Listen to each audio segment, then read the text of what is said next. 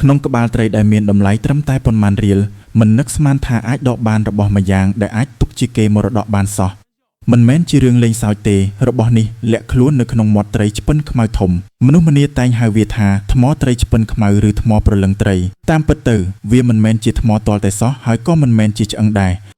ធាតុពិតរបស់វាគឺជាដុំពកក្នុងបំពង់កដូចជាដុំពកនៅលើដៃរបស់អ្នកអញ្ចឹងនេះគឺជាការកកើតនៃសារធាតុស្នែងដែលមានដងស៊ីតេខ្ពស់ដោយសារត្រីឆ្ពិនខ្មៅស៊ីខ្ចៅនិងខ្យងក្នុងរយៈពេលយូរដោយសារតែវាជាប្រូតេអ៊ីនស្នែងទើបពេលខាត់រួចវាមានសភាពថ្លាដូចជាត្បូងអំពិលឬក្រមួនឃ្មុំអញ្ចឹងវាមានកម្រិតជះពន្លឺខ្ពស់ណាស់ទើបវាមានតម្លៃនៅលើទីផ្សារប៉ុន្តែប្រហែលជាមានមនុស្សភាគច្រើនមិនទាំងចាប់អារម្មណ៍ផងកាប់មួយកំបិតទៅក៏ក្រវែងវាចូលក្នុងឆ្នាំងជាមួយក្បាលត្រីបាត់ទៅហើយអ្នកត្រូវដឹងថាវាមានរចនាសម្ព័ន្ធជាប្រូតេអ៊ីនដែលមានចំណុចខ្សោយដ៏ធំមួយបើសីតុណ្ហភាពទឹកលើសពី60អង្សាវានឹងខូចគុណភាពភ្លាម